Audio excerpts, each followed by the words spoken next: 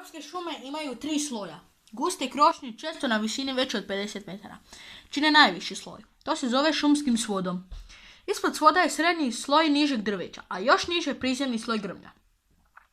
Vrati se unutra, krikne Ivan. Nalazimo se barem 50 metara iznad tla, u šumskom svodu. O, reče Ana i brzo se vrati u kućicu. Moramo se spustiti ljestvama, reče Ivan. Spustio se na koljena i dlanove. Razgrnuo je rukama lišće ispod otvora na podu i pogledao dolje. Činilo se da ljestve padaju između grana divovskog stabla, ali i dalje od toga Ivan nije vidio. Da vidim što se nalazi dolje, rekao je. Budi oprezna. Ivan spremi knjigu o tropskoj šumi u naprtnjaču i stupi na ljestve od konopa. Krenuo je prema dolje. Slijedila ga je Ana s kikirikijem u džepu. Ivan se probijao kroz lišće. Stigao je do sloja nižeg drveća. Pogledao je dolje prema prizemnom sloju. Nalazio se vrlo daleko.